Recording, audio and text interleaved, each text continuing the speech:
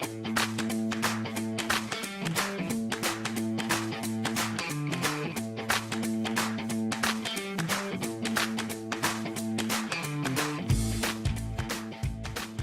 again, everybody, and welcome to episode 19 of VIBELAND Sports from our newly renovated World Headquarters studio. I'm Todd Miller, along with KP and Casady. Hi, guys. How are you? Oh, I'm doing pretty good, Todd. I can't complain. Oh, yeah. Having a great time. Lots to talk about. The draft finally has come and gone. Boy, the push notifications on my phone about drove me crazy. Oh, boy. Sam Presti had his exit interview, the last to do so with the Thunder after they were dismissed in 5 games by the Portland Trail Blazers. And the playoffs continue. Houston and Golden State headlining the semifinals in the West. What do you guys think? Let's start with the NFL Draft. No surprise. You remember we talked about this last week. There were signals being given by the Arizona Cardinals that they were not going to take Kyler Murray. Yes. KP, I want you to tell this story that you heard on another podcast regarding the games, the gamemanship that goes on between the NFL teams. The gamesmanship that's being played, there was an interview I heard with Jeff Fisher, and they just asked him, like, hey, what's going on? And it was kind of great to get the interview from Jeff Fisher because he's not an NFL coach. He gave the real answer, and he was saying how years ago that it was Tom Coughlin he goes, the worst position to be in the NFL on draft day is knowing, being behind a team and knowing who is in front of you and what they want, because the way you can work things out. So he said they were placed behind the Giants, and the Giants knew who Jeff Fisher and the Titans wanted. So they said, hey, we've got people in front of us that are wanting to trade us back and get your guy that you want. If you want, we'll switch spots with you so you guys can come up and take our spot. But to do that, we're going to want your pick and a 4th rounder. And Jeff Fisher goes, oh, God, we're freaking out. We're freaking out. So we get together and we think it's a bluff. So we decide they're bluffing. Long story short, turns out it was a bluff. So he goes, years later, same situation's happening. Now Coughlin is now not with the Jaguars anymore. Coughlin's now with the Giants. And Jeff Fisher goes, hey, we know that the Giants are wanting to take Jeremy Shockey right here. We're picking ahead of the Giants. So he grabs the guys. He goes, hey, how would you guys like who we want and also a 4th round pick? They're like, go for it. Because Fisher knows, okay, hey, we're 4 picks back, but we know nobody wants our guy. We know we're going to get our guy. So he calls up Coughlin. He goes, hey, someone is ahead of us. They want your tight end. They want Shockey. We just wanted to be honest with you guys. We're thinking about making this deal. But if we don't move up and trade spots with them, we'll trade spots with you guys. But if you guys give us a 4th rounder, we're in. They're not offering us anything. And Coughlin goes, we'll call you right back. Sure enough, Coughlin calls him right back. And they go, we'll take the deal. So they know well and good. They made up that story. But out of that lie, they got who they wanted and a 4th round pick. And he basically said those kind of phone calls and those kind of things are happening all day long during the NFL draft, all weekend long. So I'm sure it's just a madhouse going on. And that's why I said last week, don't believe all the smoke signals you're getting out of Arizona that they weren't going to take Kyler Murray. I will tell you this, though, guys. I think the Cardinals played that very, very poorly. I think everybody knew that they were going to take Kyler Murray. You were in a position of strength because of that to get rid of Josh Rosen. Instead, they tried to pull off a draft night heist. By that time, there were very few teams that were even interested in the services of Josh Rosen for what Arizona was trying to fleece them for.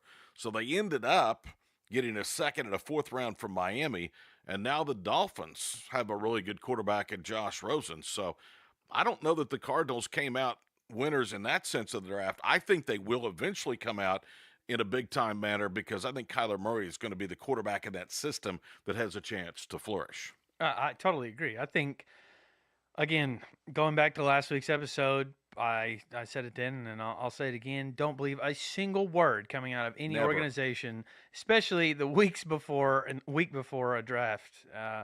Everyone's trying to get one over on somebody else, and as Kelby's story, right there just alluded to, there's a lot of shenanigans going on behind the scenes. Was not the first thing one of the first things that the Cardinals tweeted when they had their new head coach, one of their first statements was a picture of Cliff Kingsbury and said, Josh is our guy. Until the draft. Until another guy. Until their other guy showed up. Look, I think that Kyler, again, we've been talking about it really since the birth of this podcast, around the time when Cliff Kingsbury got hired as the head coach for the Arizona Cardinals. We've been saying, man, if Kyler has a chance anywhere, what a great spot that would be to go play in that offense, to kind of get back to what he does best. And we know Kingsbury's going to let him air it out, going to let him run around, going to design the system to fit Kyler Murray, and Kyler Murray fits his system. So it's a great marriage between coach and quarterback, and I think he's going to have immediate success because of that. Big shocker of the first round, of course, the New York Giants taking Daniel Jones with the 5th overall pick, the quarterback from Duke. Who knows? I mean, it's a crapshoot analyzing drafts on down the way we might say, hey, this, turned out to be a good pick. Right now, it looks like they really, really reached on a guy that they could have gotten maybe at number 17. Oof, Right. So they either have a chance to look brilliant, or I'm going to tell you what, they are in a world of hurt because they still would not have a successor for Eli Manning. What was it you said people said about Daniel Jones? There was a report out there that they said Daniel Jones was a Eli Manning. Oh God, what was it? Kind of like light. Eli Manning light. It was Personality-wise. It was a Eli Manning with less pizzazz. Yeah. Oh my Eli Manning with Can you less imagine pizzazz that? is a white painted wall that we're staring at.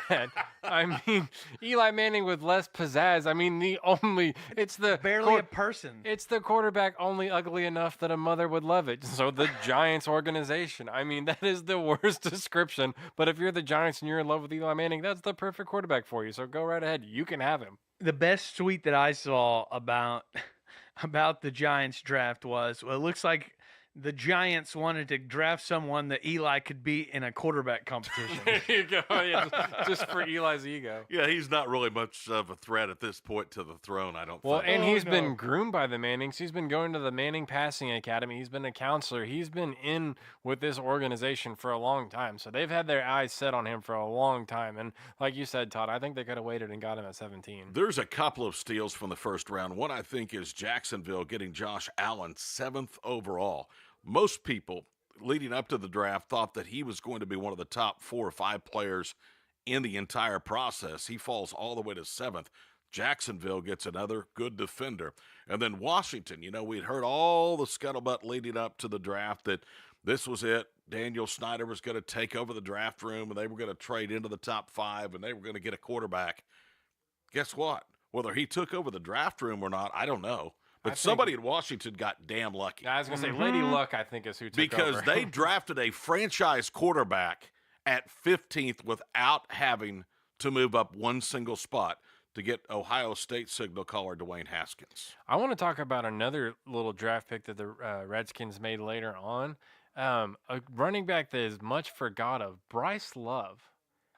He's coming off an injury, picked up by Washington. That running back room, Adrian Peterson, Samaje Perine, Bryce Love. If you're a college football fanatic, that is a good-looking running back room. Now, Bryce Love, like I said, coming off an injury, but before this season in college football, he was the unanimous Heisman. He was the guy to watch before the season. He got hurt and had a really disappointing season, but Washington kind of quietly had a good draft. Another team I want to talk about who had a sneaky – I mean, this team should be arrested for robbery, the Buffalo Bills. Yeah. Sneaking in and getting Ed Oliver in the first round, and then to all the OU fans to like Cody Ford in the second round. Who I think is going to be a He's a superstar in first-round the talent. NFL. Oh, man. First-round talent to fall to him in the second round. I mean, that's kind of, if you're not a football nerd like we are, a defensive lineman and an offensive lineman, nobody's looking at that saying what thievery they just committed, but they did.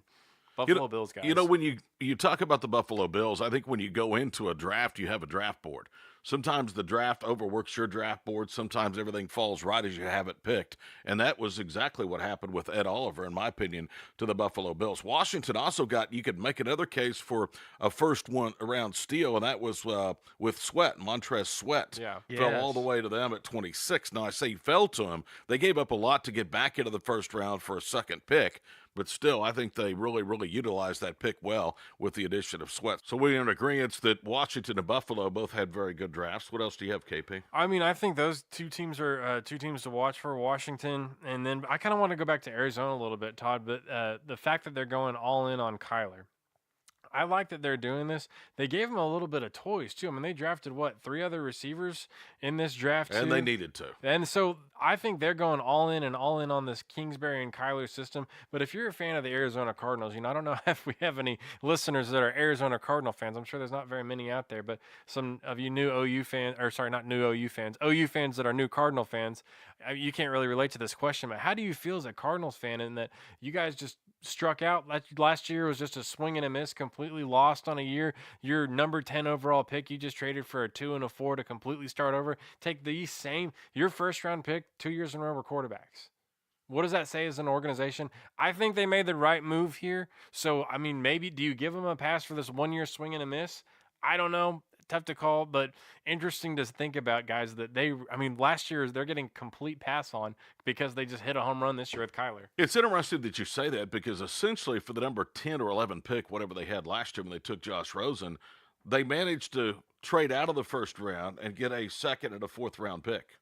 I mean, that's essentially what they did by trading Rosen for what they did. Along with the number 1 overall. Right. Now, here's the other thing. There's a very good chance that Miami could have gotten who could be a franchise quarterback. Who knows? Agreed. Let's talk about that for a second. For very little, and a guy that they probably would have drafted had they had the position to do so last year in the 10th or 11th spot. I think last year they still had belief in Tannehill, but after another injury-plagued season, obviously they've given up on Tannehill. They traded him away.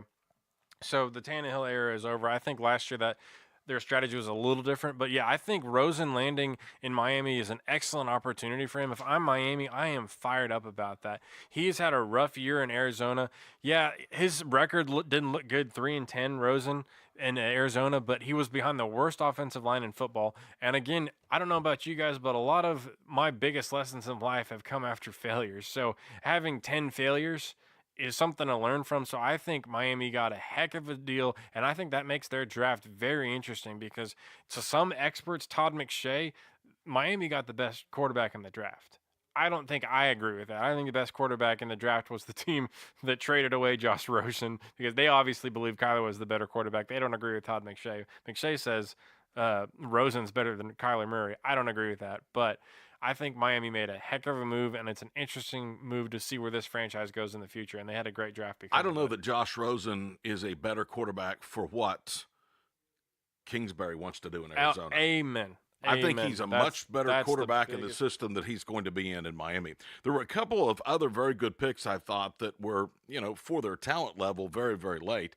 Greedy Williams, a very highly ranked defensive back, fell all the way out of the first round and went to the 46th pick overall before Cleveland picked him. The Browns obviously getting a lot of talk about the revamped offense with all the weapons that Baker Mayfield has. That excellent first-round pick that the Browns had. Odell Beckham. Yeah, he was pretty good, wasn't he? That's a pretty good The other guy, and I know that KP disagrees with me on this, is DK Metcalf. He went 64th overall to Seattle. There were several clubs that I knew that were pretty high on him going in. You said you don't think he's as good as the pre-draft billing, which some had him in the top 10. The reports are that all this guy can do is go catch a deep ball. I heard somebody say pretty good in the red zone. That's a great tool to have, but he's a one-trick pony. He's not. I compared him to Dez Bryant. He's not a Dez Bryant because Dez was a guy that could take a slant route to the house. Dez was a guy that was a playmaker. This DJ Metcalf, he's a guy that can go get the deep balls, which again is a very valuable thing to have in the NFL. If you're in the red zone, that's points. So that's valuable. But do you spend that high of a pick on something that's, like I said, he's kind of a one-trick pony. He could prove me wrong. He's got the excellent opportunity to, but from all reports he's a little slow. From all reports you can throw a linebacker on him running a slant route, and he's going to be able to stick with him step for step. I'm still telling you, though, I think 64th is not a reach. That's where he went, the 64th overall pick. I mean, for a receiver, receivers for me, there's only a few home run threats a year that you just know are for sure home run threats. Receivers like Antonio Brown that you guys can get in late rounds that become superstars. That's what I love about receivers, and I hope DJ Metcalf proves me wrong, is that receivers, they can come off low drafted and not highly skilled, but then their bodies develop. They get with the right coach, they get in the right system, and they can be the best receiver in the NFL. All right, if we want to know what's wrong with the Big 12, just look at draft day numbers. The SEC had a record 64 players drafted in the 7-round draft. 9 of those went to the first round. The Big 12 had 26 total. The University of Oklahoma had 8 of those 26, including a pair of first-rounders. Here's the problem. The University of Texas, who likes to beat their chest and say, we're back, we went to the Big 12 championship game and beat Ohio State. We're back. You had 2 players drafted, none in the first 4 rounds. And there sits Oklahoma State, who didn't have a draft pick higher than the 4th round. Those are 2 of the 3 best programs, in my opinion, or what could be in this conference. Iowa State and Kansas State had as many players drafted as the University of Texas and Oklahoma State. The Big 12 has got to get better talent, guys. OU's doing it. They need the other 9 teams to step up. They need to step up. What are you talking about? Texas is back, baby. That's what I'm saying. They claim they're back. That's what I keep hearing. As an OSU fan, it's sad to see. I mean, And you had a couple of guys that got bad advice. I agree. Like, I was just about to get to that. Like, a guy like Tyron Johnson, the receiver at OSU, he had a pretty good year this year. Let's talk about his back. I think he's been getting bad advice since he was out of high school. And I don't claim to know his backstory, so forgive me for jumping to conclusions here. But the reason I jumped to conclusions is he was a 5-star recruit coming out of high school. If you're a 5-star recruit coming out of high school, everybody is telling you you're the man. You're a first-round draft pick. If you're a 5-star kid coming out of high school, you're the man. You think you're the man. So he goes to LSU. LSU doesn't work out. Transfers to OSU. Has okay years leading up to this year. This year, being his junior season, has an okay year. I think he gets about 800 yards receiving this year. I think about 7 touchdowns. Had a pretty good season, but he's a guy that was just ready to break out. And I think this year, having Taylor Cornelius as his quarterback did him a little bit of a disservice because he's a deep ball guy, and Taylor Cornelius is not a guy that can throw the deep ball well. Tyron Johnson comes out for the draft this year. 5-star recruit coming out of high school. Undrafted. Goes undrafted. He's picked up by the Houston Texans, so I think he's signed to the right place. I think he's going to make a name for himself in the NFL. But, guys, I'm convinced if he comes back another year at OSU, receiver look, Tyron Wallace is going to have a really good NFL career. There's a lot of receivers that have come out of OSU. If you're just patient, wait one more year, I think he's a top 4 round receiver next year if he waits. But he leaves this year, and he's an undrafted free agent, and he's about to work his butt off because he went all in, and that bet may not pay off. How about this? Speaking of bet paying off, Jay Sternberger from Kingfisher, we had him on episode 9, All-America tight end from Texas A&M University, bet on himself after he left the University of Kansas, went to a junior college in Miami, Oklahoma, ended up at Texas A&M. He bet and won. He went 75th overall in the 3rd round to the Green Bay Packers. We all know how the Packers love to use the tight end. Oh, yes. And I'm going to tell you, he's going to have every opportunity being picked that high to make a career for himself at Lambeau Field. And honestly, there's very few places he could have gone, I think, that would be a better fit for his services that he's going to bring to that team. And I look for Jace to have a really good career there, and I think as soon as he's able to touch the field, whether that be this year, I don't know if it's going to be game 1 or game 6 or whatever it is, but starting the second that he gets on that field, he's going to be able to make an impact. And just so glad for another Oklahoman going to be making it to the league, and a guy that was very, very gracious with his time, and we were able to talk to. It's just so cool seeing the end of his story, and it's the beginning of the next chapter in his story. I'll tell you what, guys, I need a follow-up interview when he does score that first touchdown in Lambeau. I need a play-by-play interview and a recap from Jace. I need a recap of that Lambeau leap. I need to know the details of that. I need to know all about that. How about Joel Blumenthal, who was on our podcast last week as well? That's had right. the very impressive pro day showing down in Norman at the University of Oklahoma.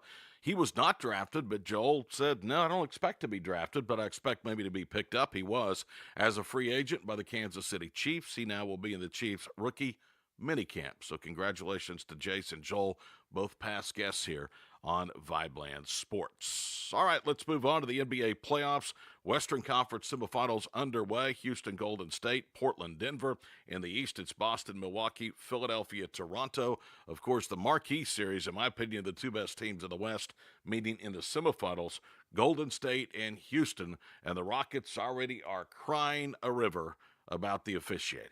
Go. I'm sorry, it's the Houston Rockets crying about the officiating. I feel just as bad as when Russell complains of the officiating. I don't. I'm sick and tired of it. It's old news. We were talking about this earlier. It wouldn't bother me so much if James Harden didn't use the officiating as part of his game. Guys, when he goes up and prepares every night, that guy is thinking of ways to get to the free throw line. I can't discredit him for it, but as a basketball fan, it's not fun to watch. It's not fun to watch a guy drive to the basket and arm lock his defender, intentionally getting that defender to cause him a foul, and then screaming and crying to the officials like he just committed bloody murder on you. You've seen the slow motion replays. There was one from yesterday. Steph Curry swiped and slightly got the front of James's beard. There was a millisecond delay. James realized that Curry's hand was near his face, cocks his neck back.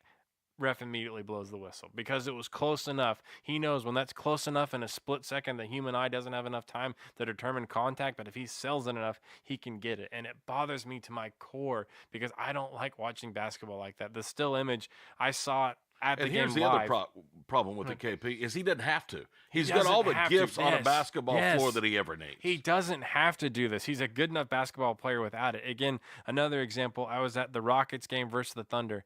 Schroeder is defending him. Harden has Schroeder in a headlock. Schroeder has both of his hands in the air to tell the officials, I'm not doing anything. And the whistle is being blown simultaneously as Harden is putting Schroeder in a headlock. It's unreal. And the fact that that guy has the audacity to say the game's not being called fairly after the game is, dude, nobody gets more fouls called than you. That's not an opinion, guys. That is a statistical fact. Nobody got more free throws than James Harden this year. I hate that that's part of his game. It's been that way for years. He's because, like you said, Todd, he is a great NBA player without this. And I hate to compare it, but these two are playing in this series. Kevin Durant does not need the officials to dominate a basketball game. He needs a basketball. He needs a basketball and a hoop, and that's all he needs to dominate. And by the way, so does Harden, but Durant doesn't use that to his advantage of the game. Back to the Thunder game that I attended. It was the last game of the season, the PG buzzer beater. It was a crazy, awesome game. At halftime, the halftime act is still out. I'm sitting there. I notice this. James Harden is the first player back on the floor. He's not practicing his step back threes. He's not practicing his dribbles. He walks to the free throw line and only shoots free throws. Other team, they all start warming up. Harden is only shooting free throws. He goes and sits down on the bench. That dude, his halftime warm up is free throws. So when he goes out there, he's thinking, I got to get to the line. And again, it's not against the rules. He's playing the rules correctly, and it's smart. If you're a tired player in the fourth quarter in the NBA playoffs, every point you can get is extremely important. So I get it, but to end my rant here, I'm just sick of the has to get to the free throw line and the complaining about it. Dude, James Harden, you are not allowed to complain about not getting calls. You get them all. Here's what James Harden said. He goes, look, I can live with the officiating if it's called consistently. Okay, let's remember that. October through April. Let's remember that, James, when you're getting every call. Because if it's called consistently, there's a very good chance you're not going to like the end result. Not at all. Of the whistle. Yep. Second of all, the Houston Rockets, namely James Harden, are up, in my opinion, against the one and only team that they ain't going to get a whole bunch of calls against. And that's the Golden State Warriors. And props to the Warriors for knowing that. And I think they went out with a game plan and said, let's get in their face. Let's try. Let's see if the officials are going to blow the whistle tonight. Let's make them do that. And they didn't. I like the strategy. I think it was a bold, risky strategy by the Warriors. And you know what? If you're the Warriors, you can do that kind of thing. Not every other team is saying, hey, let's try this risky strategy tonight. The Warriors like, yeah, we can win 4 against anybody. So they can try that. Good for them. But they're talented enough to do whatever they want. And they know that one of Houston's greatest strengths is the free throw line, period. I mean, it is their greatest strength. James Harden is able to get there at rates that some teams aren't able to get to, and he's able to do it by himself. So what he's able to generate and what he's able to force the other team into getting their lead defender in some early foul trouble, so he has to go sit, which makes it even easier for him later on. There's all kinds of layers to this thing of why he wants to get to the free throw line as much as possible. It allows him to stay on the court longer. When he's been out there for an extended period of time, you can almost guarantee the next time he touches it, if a defender even moves their hand near his face or near his body, he's going to react and he's going to try to flop and try to exaggerate the contact to try to get back to the free throw line. If you can shut that down at all, then you're in the heads of all their players. You're in the heads of James Harden, which is really the entire team at this point. I mean, let's be real. Houston's great, but without James Harden, they're an okay team that gets bounced in the first round every year. But the Golden State Warriors' ability to take that away, whether it be because they have the respect of the officials or if it's a defensive scheme that they're wanting to play or whatever it is, you can tell that the Rockets are not 100% comfortable playing the Warriors. They're not getting the calls like we're saying that you normally would see. And it's the playoffs. Things are a little bit looser as it is. You can get away with a little more contact, especially in the second round of the playoffs. And so Harden's going to have to adjust his game, or else I think that the Warriors may be looking to, put the beat down on the Rockets. I mean, I think you're right, Casady. I don't know if it's going to be I think it's going to be a great series. 6 games. 6 games? Ooh. Warriors Okay. in 6? Yeah. I think, I think there's a lot. The Warriors, I bet this series has probably been the most series in the recent years. I said that really weird. This will be their year. I think they're picked to lose more than ever before. Does that make sense? That Yeah. I fumble that out just right? But yeah, I think this is their biggest chance to go down early that they've ever had before. So I like it. I think, again, I'll be the first to admit I watch the NBA playoffs a little bit less when my team's not there, but I think this is a good year. Again, guys, the Eastern Conference, I hate to look over there, but the Celtics are the Thunder of the East Coast. This team that had all the talent in the world, underperformed all year long, but the difference is they went to the playoffs and they turned it on and go get a first-round sweep. So they're what I want the Thunder to be. It's sad. If you're a Thunder player, look over there. That's how you do it, guys. When we're coasting through and saying, hey, this loss means nothing. Coaching. Oh, Bingo. What's that, Todd? Coaching. Can't say it enough. Oh, it's a problem, I think, for the Thunder side of things. But again, looking at the Celtics, I think what they've been able to do, the level that they turned it up to, that's what everyone's expected from them all season. They just finally were able to all get on the same page for the same series, and heck, that rolled over into game one. And I said, hey, semis. Thunder, look at that, but actually don't look at that because don't look. You guys thought in your head all year long you could do that, but you couldn't. They can. That's a team. Let's take this back. That's a conference where you can do that. Yes. You can't do that in the West. Yes. I think sometimes coaching is a little overrated in the NBA. It's a lot about players and superstars. But if you don't believe that coaching has a big hand in things, look in that Eastern Conference series you're talking about, Boston and Milwaukee. Boston won the first ball game to take home court advantage away for the top-seeded Bucks. They did it for 2 reasons. One, I thought that they had a great defensive game plan. And it was executed to perfection on Giannis by Al Horford. He had 22 points, but he shot very, very poorly. I'm just telling you, it comes down to coaching and adjustments in the playoffs. And that's why we're not going to rehash it, but that's why Oklahoma City is where they are at and some other teams are still playing. There's nobody that can stop Giannis except the brain of a coach. That's right. And that's what happened. Brad Stevens is just really, really good. He's incredible. Portland, Denver, who do you guys like? Portland.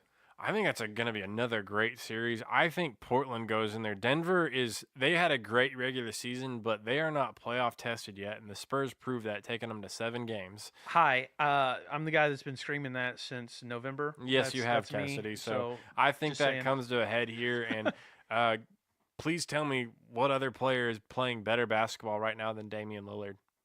I'm sorry, he just ended ripped the hearts out of every Thunder fan and played like almost 4 perfect games. And by the way, we haven't talked about that on this podcast yet, but that shot that he took to end the series on the Thunder.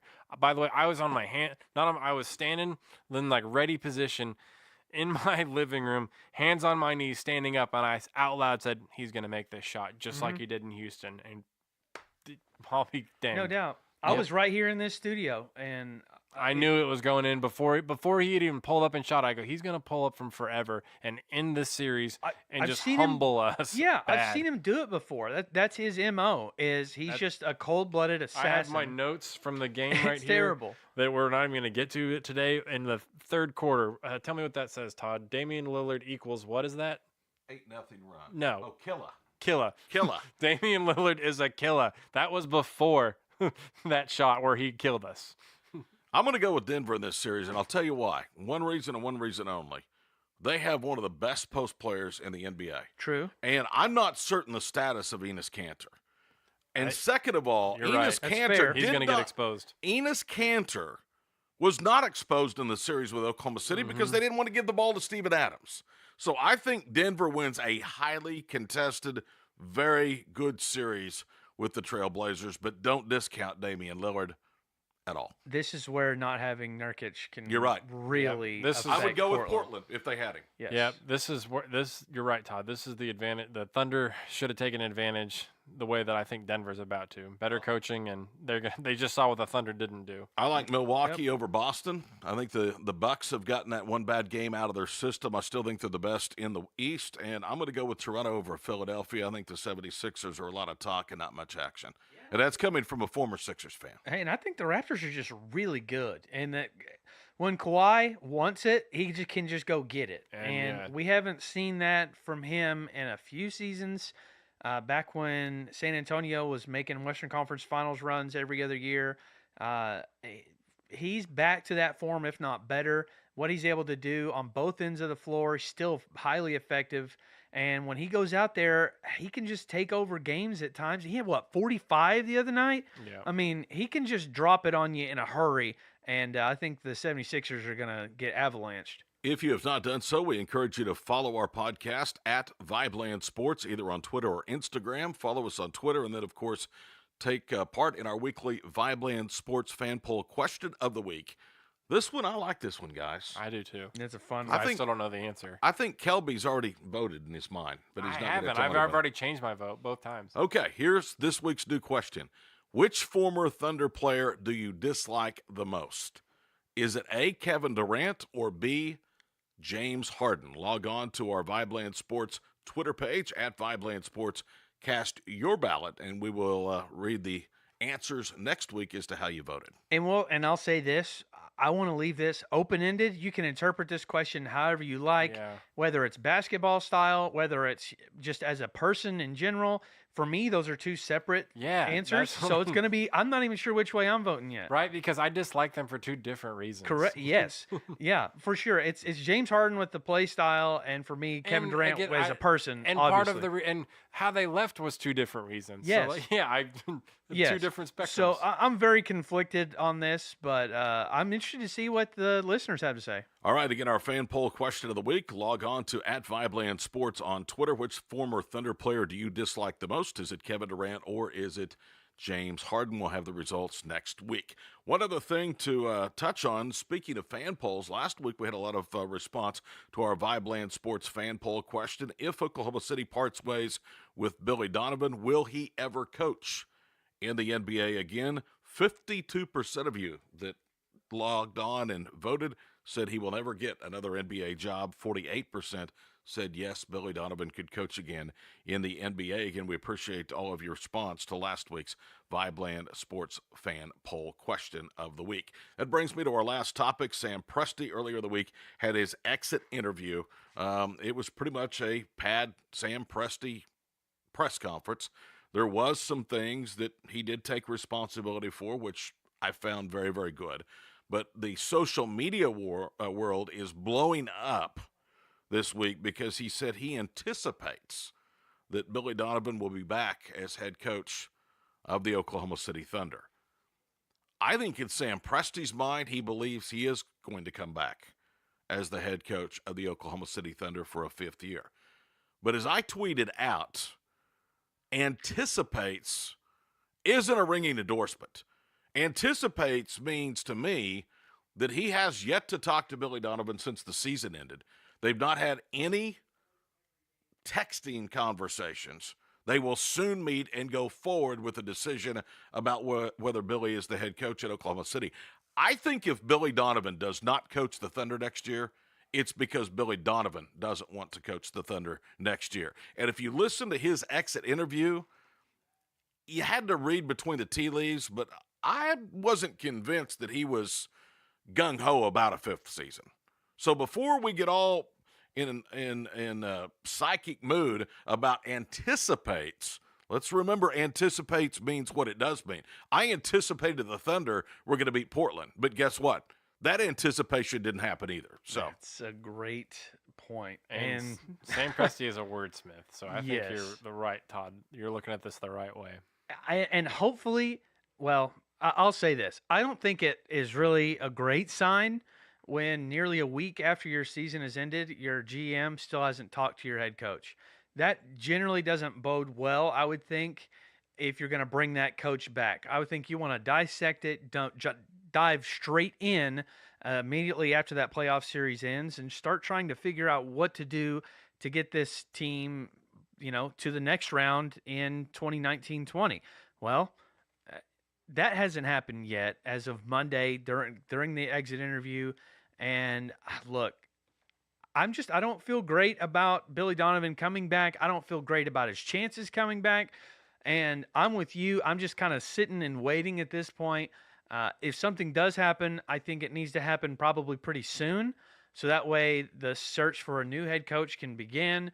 But look, it's not exactly a ringing endorsement from Presti when he's not saying, oh, yes, he's definitely coming back. bingo. That's the only thing that I would have taken. Anticipates and definitely are two very, very different words. 100%. And like you said, Kelby, he's very careful with his words. That was not an accident that he said he anticipates. All right, Billy Donovan, I think getting rid of him is a start, but as I said last week, I don't think it's the total fix for Oklahoma City. Casady, we've got a great guest coming up on our next segment. Man. We had a chance to have Cody Laurendi, who is the goalkeeper for Energy FC, a USL team based in Oklahoma City, in our studios this week. And I'll tell you what, Cody is just one cool dude. And Very cool man, guy. he loves it in Oklahoma City. He loves being a part of the Energy. And you heard the interview. I think it's going to be something that our listeners really, really enjoy. Oh, yes. And the way that he is plugged into the community as well, been here for a few years, had high praise for both the city and the club. And as you know, their whole motto is for city and club. So he's a great spokesperson for the Energy. And I was just very glad that he was able to come over here, sit down with us. Just a very cool guy, and looking forward to hearing his whole story, and hopefully the listeners are going to enjoy it. I hope you'll enjoy the interview and then go out and see Cody and the Energy FC this Saturday night as they return home to Taft Stadium. Cody Laurendi is our guest, and he is coming up next, the goalkeeper for Energy FC. This is VIBELAND Sports, a weekly media production of VIBELAND Media.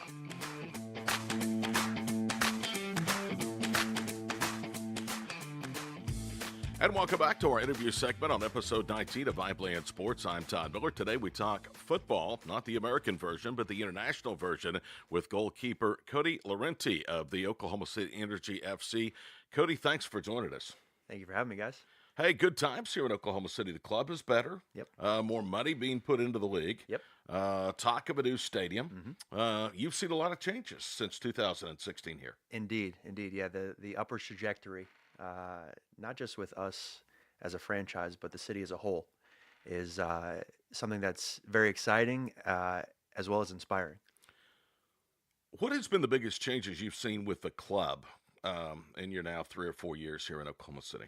The biggest change, I would say, was we're now the focus, if you will. Day in and day out, we're looked after as any other professional team would be looked after. Meals are catered. We have our own training facility. We get looked after by a business called Fit Spa, where we get to go in there, cryotherapy, infrared sauna, you name it. So there's been a big shift in how they look after us as individuals and getting the best out of us on a daily basis. Is that standard, Cody, for your level of play in the USL? In years past, it hasn't been. But like you had mentioned a little bit ago, there's been obviously the sport is on an upward trajectory, nationwide, obviously worldwide. But in years past, it hasn't been the case. We've kind of the money that we would have made from playing would generally go back into looking after you, whether that be with massages or, maybe if you the best possible food for recovery, or a multitude of things. Whereas now, they've set a standard of this is how we look after you as an OKC Energy player, and the only way we're looking is forward. What more can we do? How can we help you to maximize your potential on field? Does that continue to help bring even better quality players here to Oklahoma City? Without a doubt. Without a doubt. We're at a point now where there's, just for example, this season, 7 new expansion franchises. And teams are forced, maybe not forced is the right word, but teams are now looking for any minimal advantage to bring top talent to their team. And that is something that they've really, really instilled over the past 2 seasons. Okay, some of us in this room could be biased because we've been in Oklahoma City or around Oklahoma City or known of it all of our lives. You have played here, but you've played internationally. You've played in other larger cities too. How do you see Oklahoma City as a soccer market? I think there is a huge untapped market here. There is a solid following, but I believe with the exposure of the sport through ESPN, through obviously we talked about earlier about social media, I think we're right on the tip of the iceberg, if you will, of it really blowing up in the city and feeling the Oklahoma City pride that is so clear with the Thunder and with OU football and OSU football. So I'm confident that we're again right on the cusp. You were remarking before we actually sat down to do this podcast that you remember the days of the MLS almost going by the wayside. Correct. Miami, Tampa, both areas you think would be hotbeds for soccer, both lost franchises. The MLS was teetering. Do you see the MLS, which is now very competitive among cities across the nation, to get a professional team ever coming to Oklahoma City? I think it's possible. I would, being completely honest, I'm 30 right now, and as a goalkeeper, I could probably play till I'm 40, Lord willing, and I stay healthy. I don't see it happening in my career time, but I think it is possible. I think, again, the upward trajectory. What needs to happen is more.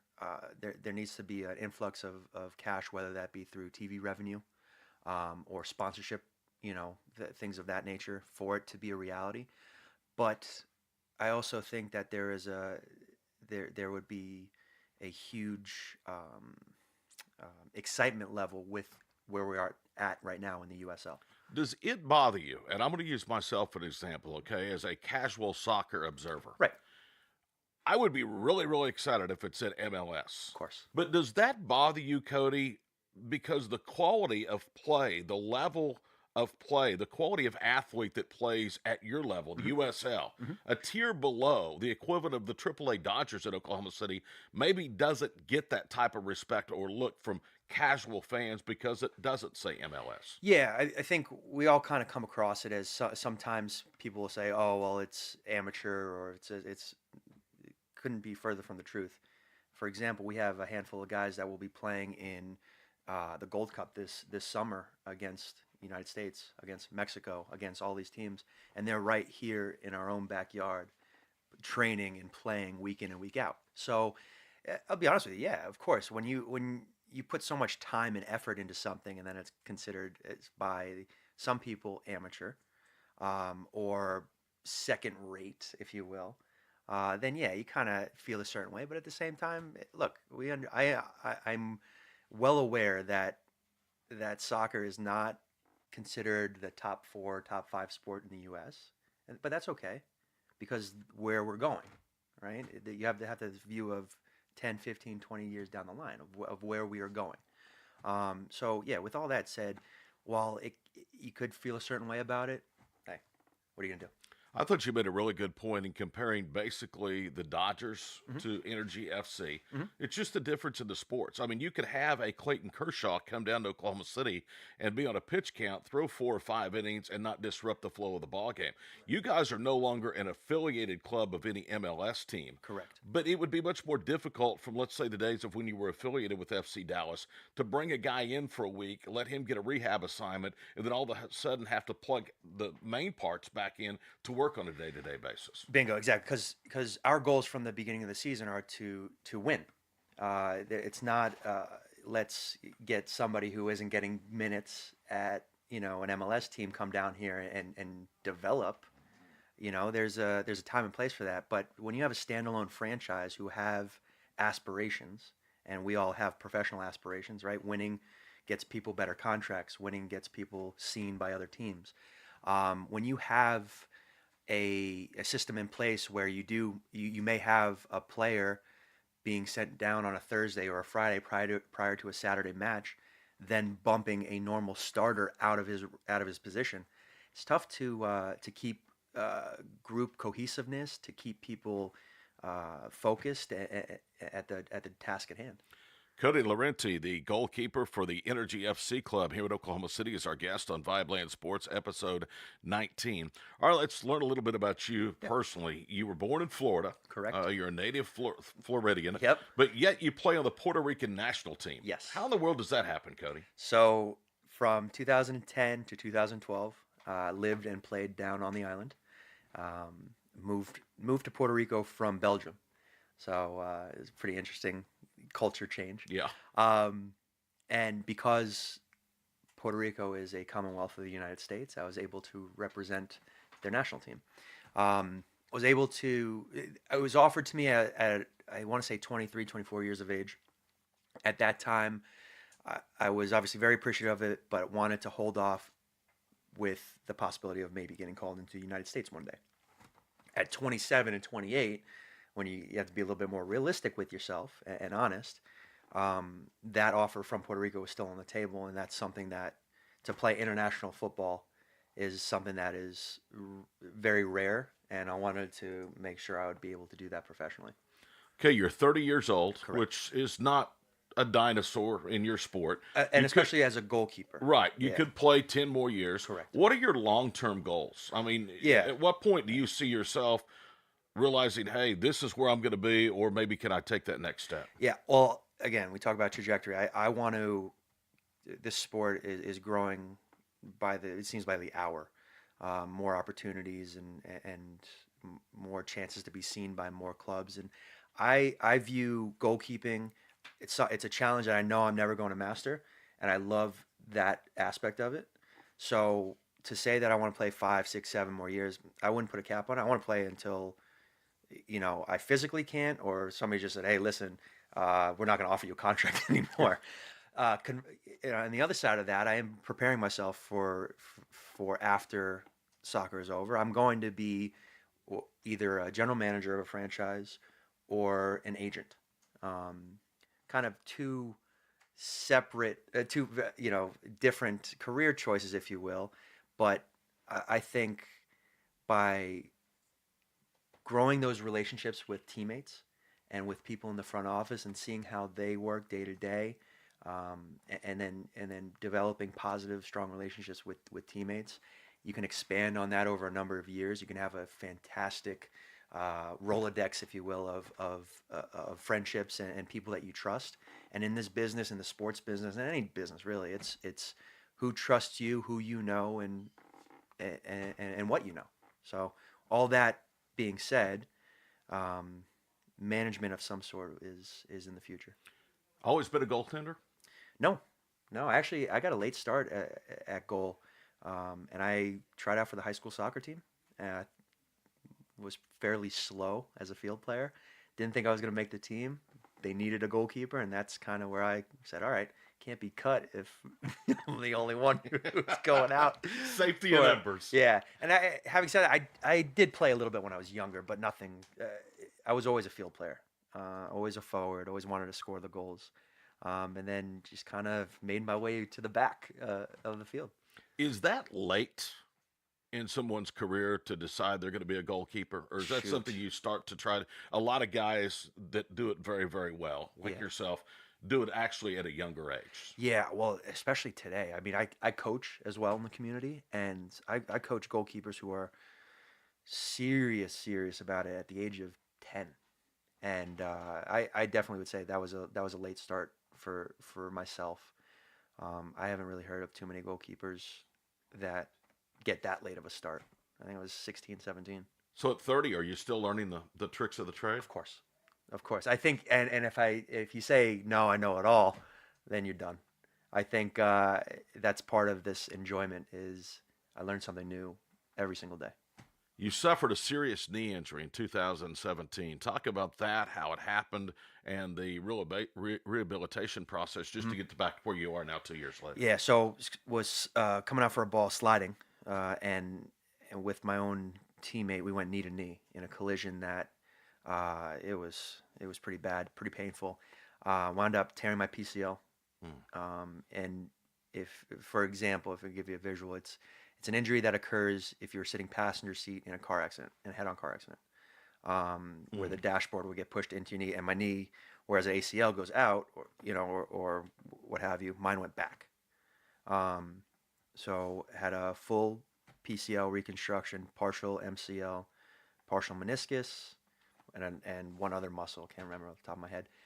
Kept me out for, 10 months, and then kind of just took the mentality of 1% better every single day, and 1% could be a slight range of motion, bending your knee. That was considered the 1% better. Did you think, Cody, when it happened, because of the nature of your sport and all those things that were involved, that hey, this might be it for me? Absolutely, of course, yeah. And then even later in the process, when you're able to come back and start doing the little things on the field, and your body doesn't respond, your mind, right, wants to do it. Your body is not in sync with it because of the long layoff and relearning everything. So yeah, I'd be lying to you if I said otherwise. This league's pretty good, isn't it? I mean, Yeah. as good as it's probably been since you've been involved in it, because I asked you before we started to record, Oklahoma City's a lot better. Absolutely. But you said, so's everybody else. Yes, and a rising tide lifts all ships. Whereas in years past, there's been teams that you kind of go into a game and you respect everybody, but you kind of know by their body of work that, all right, we're going to be able to take over this team very early and assert our dominance. With more teams coming in, the idea was, oh, well, it's going to dilute the product. And conversely, I think the opposite. I think more guys are able to showcase what they can do for franchises, and everybody is at such a higher level with that being the case.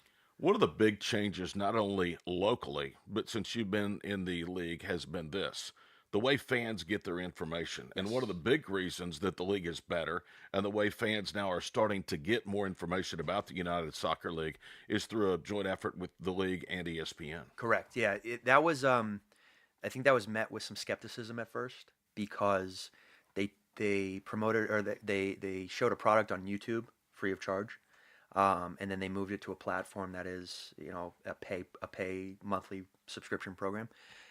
Conversely, I think looking at it now, a year or so in, maybe 2 years in, it's a fantastic venture. I think how people are getting their information, right, the through their cell phone or through their tablet, they are still in some instances watching the big game on TV, but people, more eyes globally are tuned in to a product that is on an ESPN platform than ever before. Any chance the Energy FC is going to be involved in that platform anytime soon? I think, yeah. Usually in years past, we've had 1 or 2 games a year on the ESPN networks. I think a couple weeks back they showed Memphis. They'll be doing them throughout the year. I'm not 100% sure what our schedule's going to, if we're going to be lining up in any of those games, primetime games, but it's possible. One of the things that I like about soccer, because it's one of the things that attracts me to baseball, it's all about the pitcher in baseball. A minor league team can beat an advanced level team on a given day. Soccer allows you that opportunity in what they call the Hunt U.S. Open Cup. Correct. let's say that the Energy played 20 games against MLS competition. How well do you think you would fare? Because the lower division teams can beat Correct. the MSL level Yeah. clubs. Yeah, I would say I'd 60-40, 50-50, somewhere in there. Well, that's really good. Somewhere in there. I think there's because here's the thing with a lot of USL talent, 100% they could be on an MLS roster, but for them personally, it's better for them and their development to be playing week in and week out. Whereas the fringe player in the MLS roster may not be getting those opportunities. So I would take our guys playing week in and week out in a good flow, in a good flow state, if you will, over MLS teams who inevitably would have to play guys, off the bench who aren't as sharp. What would you say it separates? I mean, talent's obviously a little bit better at the MLS level, but if you play 10, 20 matches, what would you say is the difference overall that would separate wins and losses between a USL club and an MLS team? Oh man, that's a good question. I would say what the Americans place value on with footballers, with soccer, is sheer athleticism. So if you were tall, lightning quick, you tend to get the benefit of the doubt, and not in all instances, but in some, that could be the difference, if you will. Maybe a touch more athletic. Cody, let's talk about the Energy FC Academy. This is something that's kind of new around the OKC metro area. Yeah, I think it's a pathway to professionalism. You can start at an 8 years of age. You get, and with the coaching and with we'll say progression from a footballing standpoint, you can possibly play for the first team one day. Whereas in the past, my experience as a young player, that opportunity wasn't there for us. The United States, Yeah. to me, should be so much better in soccer than it is. Yeah. And I understand that it's not our national sport, but there's still kids that grow up with plenty of resources to excel. Why can this country not find 20 guys every 4 years or however many years for the World Cup to go out and compete against, in many cases, third world nations? Right. Well, the same way that we see the NFL and the NBA as the best players coming from low income areas of the United States is the same way that world football is viewed. So we'll take Brazil for an example. Most of their players come from, we'll say, humble beginnings, much in the same way that our top NBA players and top NFL stars do. So that is an aspect of it, and our system, our pay-to-play system, just lends itself to missing out on a lot of that talent, where the parents necessarily can't pay for the hotel room stay and the travel expense and the coaching expense and all these added expenses. Whereas in other countries, choice is obviously a big one as well. So here you have basketball, football, baseball, soccer. Other countries, it's soccer, it's football. Will we ever see in the United States something like they do professionally in Europe? It's a term that if you're not a soccer fan, you don't know what I'm talking about, but a soccer person knows. It's called promotion relegation. Will we ever see that with like the USL and the MLS? So right now, with the USL being multi-tiered, I think that is where we're going. Between the USL Championship, which is what we're in, and USL League One, which has 10 teams at the moment, with adding more every season. That, I think, is going to be the sample size that is shown to MLS to say, hey, this works.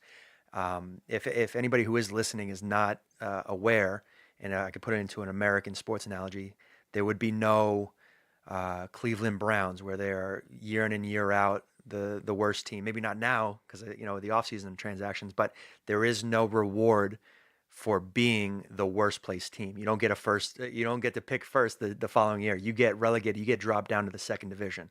Conversely, the three best teams in the second division get brought up for the following season to the first division. So it not only there's every single game is important from that aspect. There's teams that you'll see in the coming weeks that are English-based teams or wherever that are celebrating winning the last game of the season because that keeps them in the Premier League.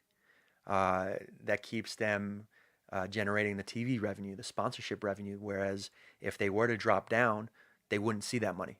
So that kind of there is no there is no reward for mediocrity. There is no reward for tanking, if you will, and it makes every single game exciting. Two-part question. One, with the skyrocketing cost of expansion franchises at the USL level and certainly MLS level, is that not a way to introduce more markets without having to pay that astronomical expansion fee price to the top level of soccer in the United States? And is that something that you see 5 years, 10 years down the road? So I'd say it's moving at a rapid pace. I'd say 5 years. So for example, this offseason, 7 new teams were introduced. A team in New Mexico and a team in El Paso. I think Loudoun County over in Virginia, there's a new team there. There's a new team up in Hartford, Connecticut. So fairly, we'll say, mid-range markets. Operational costs, relatively speaking, are low. And it's developing this regional rivalry that I think is going to feed into long-term success, where maybe other sports aren't necessarily tapping into the smaller markets because, you latch onto the big team in the area. For instance, there's a lot of Dallas Cowboy fans in Oklahoma City, right? Whereas you can be, we'll say hypothetically, there's an OKC NFL franchise, and we're the fans of the OKC franchise. Then that'd be nice. And right down the road is the Dallas Cowboys, and we don't support them, they don't support us, and building it that way. So I think I see that happening more and more. Every offseason, it seems like, there's a new announcement, because they also realize the economic impact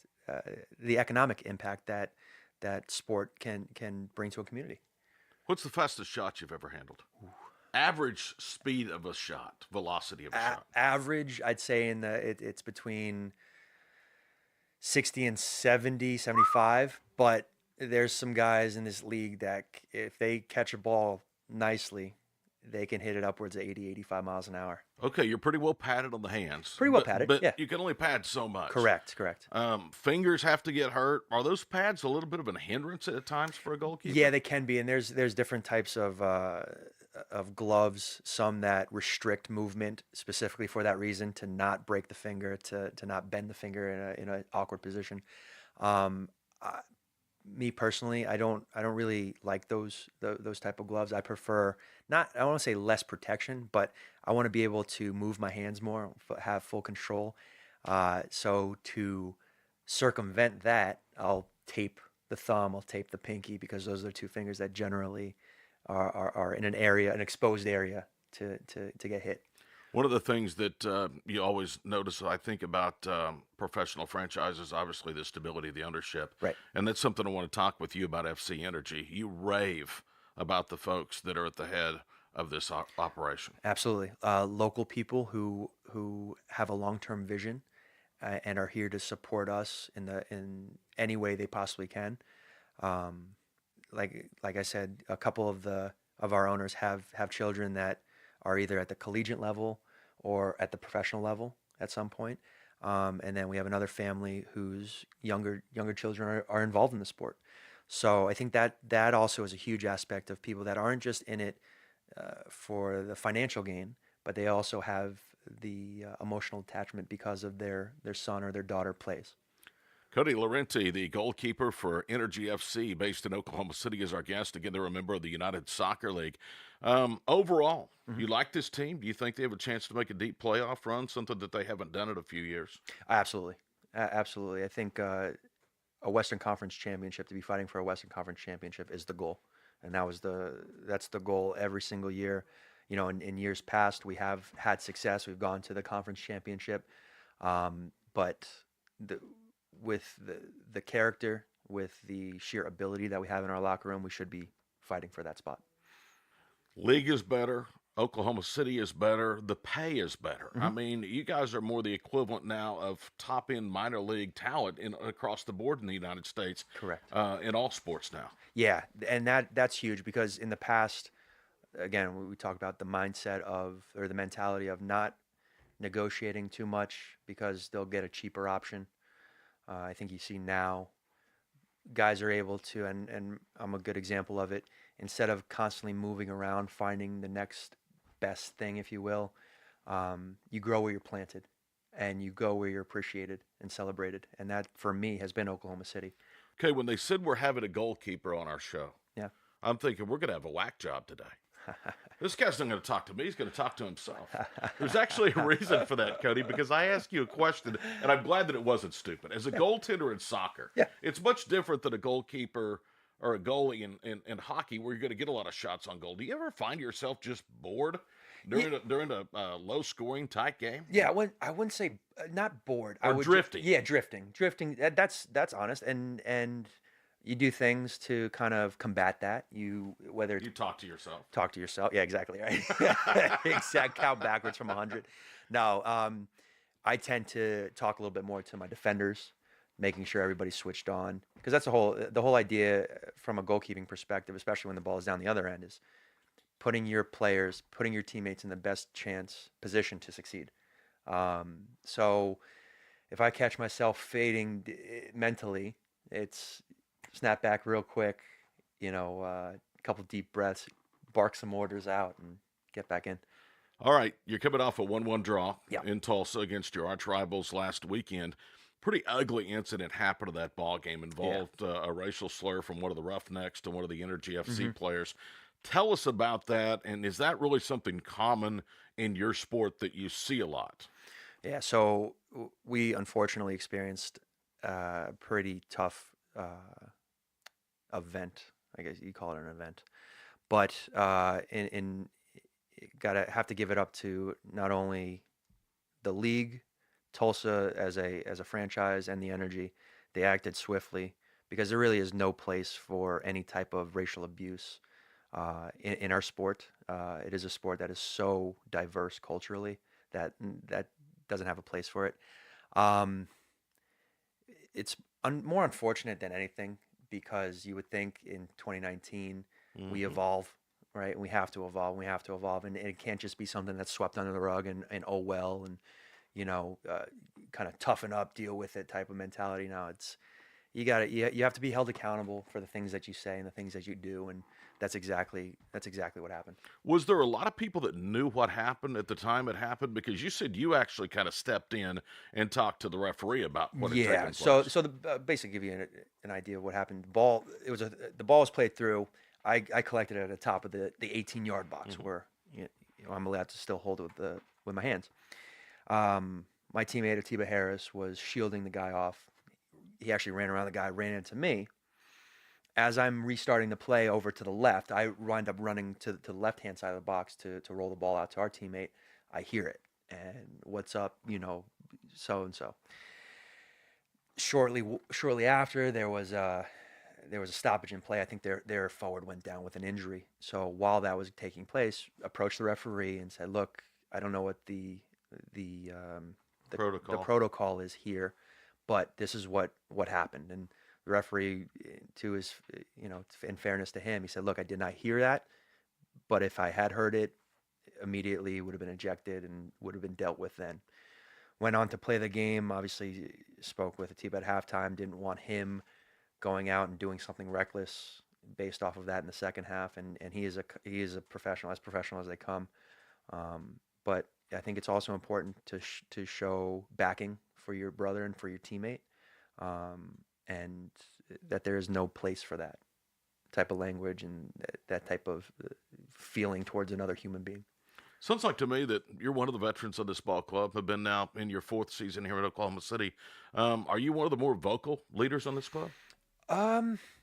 Yeah, yes and no. I think with the goalkeeping position, a big part of it is being a presence, physically and vocally. If I can affect positively my teammates, if they make a great play, or if, like I alluded to earlier, about putting them in the right position to make the best play possible, that's something that it needs to be done.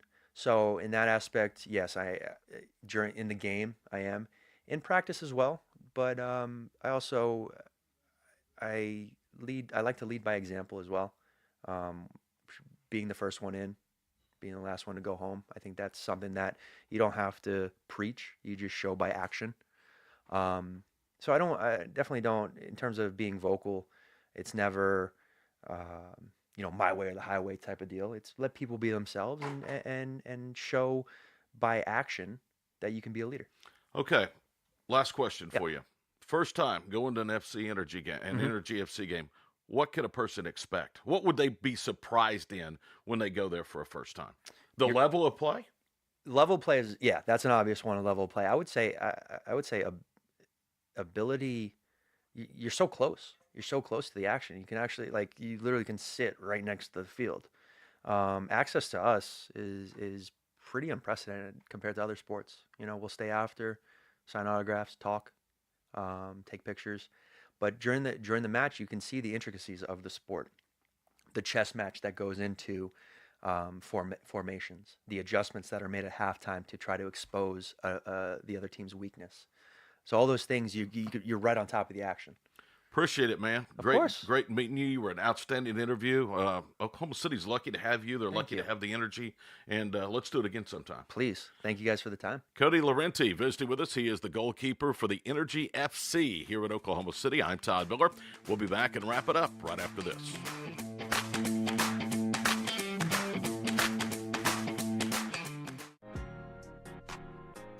Hi, we are VIBELAND.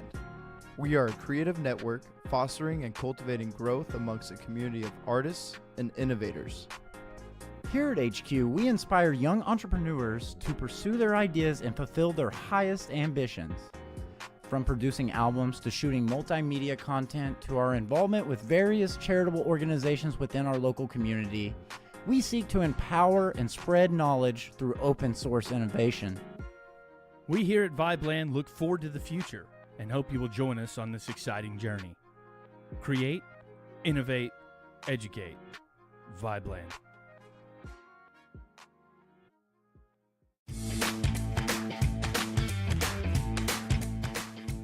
And again, a big thank you to Energy FC goalkeeper Cody Laurendi for stopping by literally here in the VIBELAND Sports Studios and visiting with us.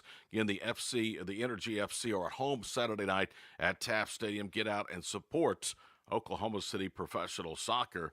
And again, Casady, I think a lot what he said is a lot how I feel. I follow soccer, but at a distance, so I don't know a lot about it. But when you stop and think about it, it's really in Oklahoma City about the level that it is with the Oklahoma City Dodgers professionally. I mean, there's a lot of guys, as you heard Cody say, that are just on the cusp of going and playing in Major League Soccer. Yes, and I also think that soccer is a sport similar to baseball where the lines between some of the divisions may be a little bit blurry. I think that your top quality teams in like AAA, for example, in baseball could compete with your lower tier MLB teams. I mean, it's just the level of competition.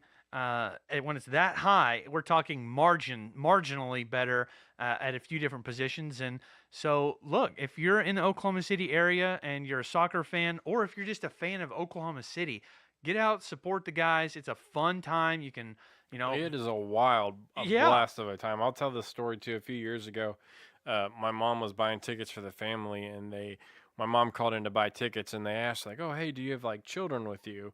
And like small children. My mom was like, "No, why do you ask?" And like, well, if you have small children with you, there's a section that we try to keep you guys away from because they're loud soccer hooligans. And if you go there, they have a soccer hooligan fans that have like awesome, ridiculously offensive chants, and like it's fun and wild, and it's a good time. See, that's cool. Because so if you're a hardcore soccer fan and you want to go be a full-on hooligan, you can do that. If you want to take your family, you can still have a good time and have fun doing that. So really, they're just bringing the whole community together. It's a great thing that they've got going. And if you're going to be at the game on Saturday, look for VIBELAND. There's going to be a lot of us there. So just come up and say hey.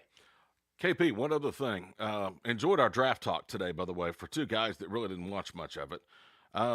We will say, like everybody else, our opinions are just that. It takes a long time for any opinion to be proven right or wrong or factually correct in the NFL. I mean, all you have to do is go back to the New England Patriots taking Tom Brady in the 6th round. So Right. it is fun to talk about, but it's also a little bit more entertaining to see how these things all shake out in the mix in the coming years. Exactly. So I like reading these articles like, oh, they got an A+ draft grade. You can't grade, and ask NFL coaches, they'll say the same thing. Like, people who are real followers, like, it's interesting to see, like, if you're the GM, like, oh, I got an A, that's a nice little pat on the back. But nobody knows the true grade of this draft for 3 or 4 years. How do these guys all pan out? Like, one of these guys could blow their knee out the first day of practice, and a 6th rounder could go on to be a 5-time NFL Super Bowl champion. So there's no way to tell, but it's fun to speculate and fun to talk about. All right, guys, we hope if you haven't done so, you will follow us at VIBELAND Sports on Twitter and Instagram. Also, when you're on VIBELAND on Twitter, follow our VIBELAND Sports fan poll question of the week. This one should appease a lot of people. Which former Thunder player do you dislike the most? Is it Kevin Durant or is it James Harden? As always, we will have the results of this week's poll on next week's 20th edition of VIBELAND Sports. That's going to put a wrap on it. For Casady, for KP, I'm Todd. We'll see you again next week for episode 20 of VIBELAND Sports, a weekly presentation of VIBELAND Media.